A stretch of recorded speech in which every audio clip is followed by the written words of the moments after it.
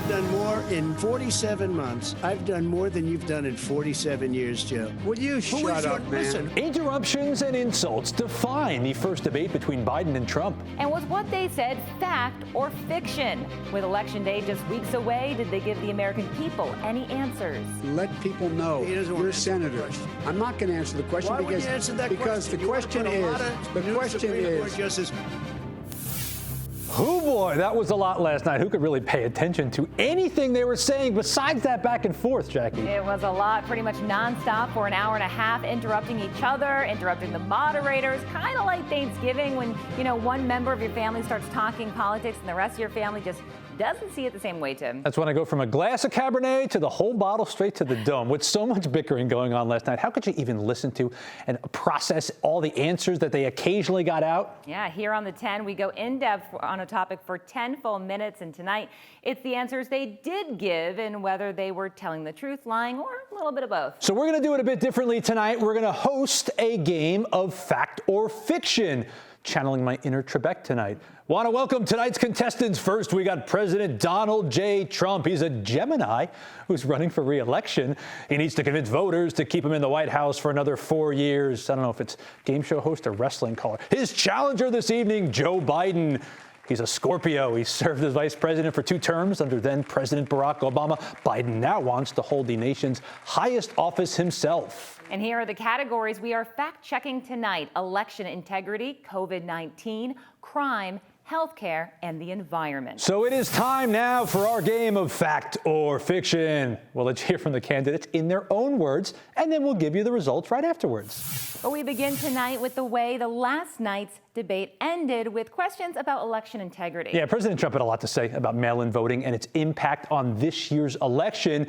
And so we want to start off with a lightning round right off the bat. Take it away. There's fraud. They found them in creeks. They found some with the name Trump, just happened to have the name Trump just the other day in a waste paper basket. But you know what? We won't know. We might not know for months because these ballots are going to be all over. It's a fraud, and it's a shame. And can you imagine where they say you have to have your ballot in by November 10th? November 10th. That means that's 7 days after the election, in theory, should have been announced. A tough start for the incumbent, Jackie. Yeah, the NBC fact-checkers say all fiction. There's no evidence ballots have been dumped in rivers. Yeah, it's more likely also to take days and weeks, not exactly months, as the president suggests, to count all the votes. Florida back in 2000 only took a month to count them because, well, that went to the Supreme Court. Yes, that took a lot longer. Now, here's the other one. No one can vote after Election Day, even by mail. Now, mail-in voting was a big talking point for the president last night, who also pointed out a polling problem in Philadelphia. As you know, today there was a big problem. In Philadelphia, they went in to watch. They're called poll watchers, a very safe, very nice thing. They were thrown out. They weren't allowed to watch. You know why? Because bad things happen in Philadelphia, bad things. Well, this is fact and fiction as well. It's fact that a poll watcher hired by the Trump campaign was not allowed inside a satellite voting office in Philadelphia. However, there was no actual voting going on inside that office. Instead, it was just being used for voter services like registration or requesting a mail-in or absentee ballot. And since it was not an official polling place, only people seeking those services were allowed inside. Our next category this evening, COVID-19, big topic for 2020. President Trump says he's done a great job at handling this pandemic. He echoed that sentiment last night. Biden, of course, accuses the president of being responsible for the deaths of more than 200,000 Americans, including a disproportionate amount of black lives. this is a man who, in fact, you talk about helping African Americans. 1 in 1,000 African Americans has been killed because of the coronavirus. And if he doesn't do something quickly, by the end of the year, 1 in 500 will have been killed. Iffy because of that hypothetical at the end. Biden balancing the line here between facts and fiction. It's true. Black lives have been more severely impacted by COVID-19 than whites. But at the end there, he's referencing one study that doesn't really address how that disparity in death rate will play out by the end of the calendar year. Now we continue with our COVID category, this time Trump's rallies. Yeah, he's held a series of in-person rallies throughout this pandemic, some early on and then some late in the summertime. And this is what he had to say to defend them. Well, so far, we have had no problem whatsoever. It's outside. That's a big difference, according to the experts. And we do them outside. We have tremendous crowds. Sure, a lot have been outside, but this one ultimately fiction because there have been problems, specifically at that indoor rally in Tulsa, Oklahoma that happened back in June. That's when a handful of Trump's own campaign staff members tested positive for the virus, as did former Republican presidential candidate Herman Cain. He was at that rally and later died due to complications from COVID-19. Tulsa's top health official even said that single rally, Jackie, contributed to a dramatic surge of cases in the city. Yeah, 1 week after that rally, Tulsa's total number of positive cases had doubled. Now, from one disaster to another, that's how President Trump categorized Joe Biden's handling of H1N1. I know how to get the job Well, you didn't done. do very well in swine flu. H1N1, you were a disaster. Your own chief of staff said you were a disaster. 14,000 people died, not 200,000. There was no very- economic recession. Sir, you made a far there less was no lethal recession. disease. Now, this one is fiction. The H1N1 pandemic killed far fewer people than coronavirus. The numbers Joe Biden cited are close.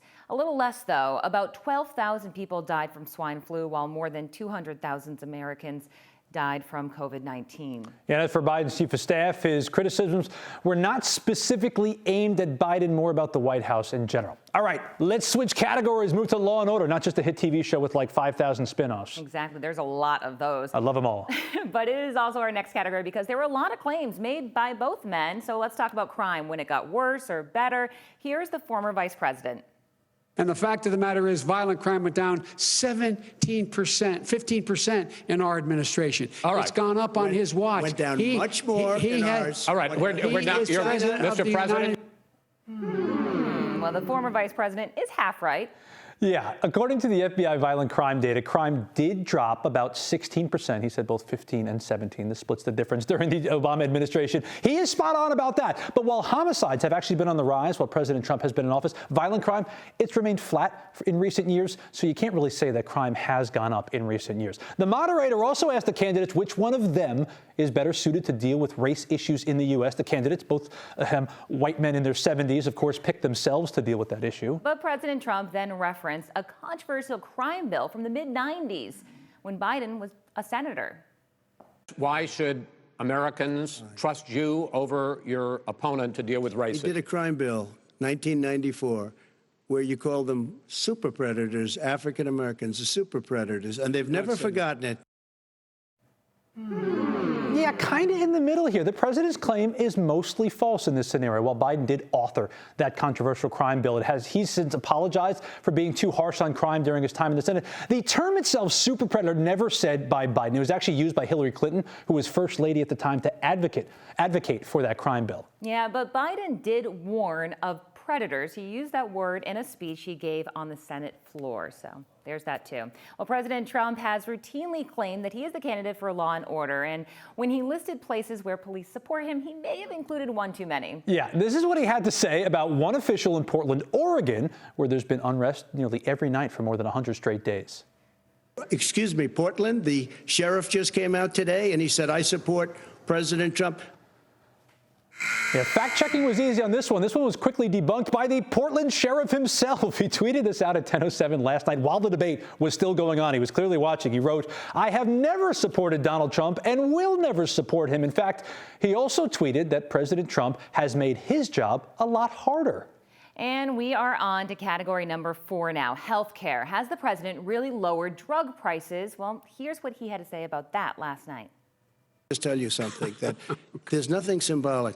I'm cutting drug prices. I'm going with favored nations, which no president has the courage to do because you're going against big pharma. Drug prices will be coming down 80 or 90%. You could have done it during your 47-year period in government, but you didn't do it. Nobody's done it. So we're cutting health care. What about all of the pre-existing things that conditions? we've done, He has not cut insulin. I healthcare. give you an example, insulin. It was destroying families, destroying people because I'm getting it for so cheap. It's like water, you want to know the truth. So cheap. Yeah, unfortunately, this one is false. Numerous fact checks found that there is no evidence that Trump's policies have meaningfully slashed drug prices, as he's repeatedly claimed, let alone 80 to 90%. As for the insulin claim, in July, Trump signed an executive order to try and lower insulin prices, but experts say it's just not working. Brand name drug prices are also on the rise. There are some fancy waters out there that cost a lot of money. Maybe give him a half-truth there. All right, the next claim comes from Biden about a GOP lawsuit and the possibility of millions of people losing their health insurance. Now, what's at stake here is the president's made it clear he wants to get rid of the Affordable Care Act. He's been running on that, he ran on that, and he has been governing on that. He's in the Supreme Court right now trying to get rid of the Affordable Care Act, which will strip 20 million people from having insurance, health insurance now. This is our first fact of the night. This one checks out, according to multiple studies. An estimated 20 million people gained coverage under Obamacare, according to the Kaiser Family Foundation, and about 23.3 million people would lose their health care if the GOP-backed legal challenge to that law succeeded before the Supreme Court. That's according to the Center for American Progress. And now we have reached our final category, the environment. The former vice president was asked about the Green New Deal, and what he said seemed to be a pitch to moderates. Pardon me? Do you support No, I don't support the Green New Deal. You don't? Oh, well, that's a big statement. I That support means you the just lost the radical left. I Oh, support you the don't. Biden plan that I put forward. Okay. The Biden plan, which is different than what he calls the radical Green New Deal. All right.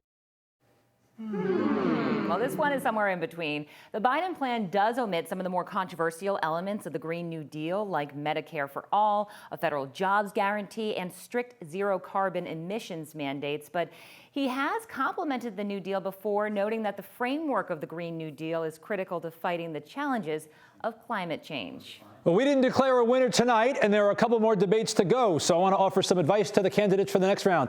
Just tell the truth more. I think it'd be easier for everyone if you just didn't lie at all. Our job easier and make the voters' job easier. Ultimately up to the voters on Election Day. Obviously, you choose the winner. That's the fun part about this game of politics, if there is a fun part, Jackie. And we did talk about Thanksgiving. So what do we do when someone starts talking about politics and you don't want to do that? You drink? Talk about the weather. Oh, you can talk about the weather, too.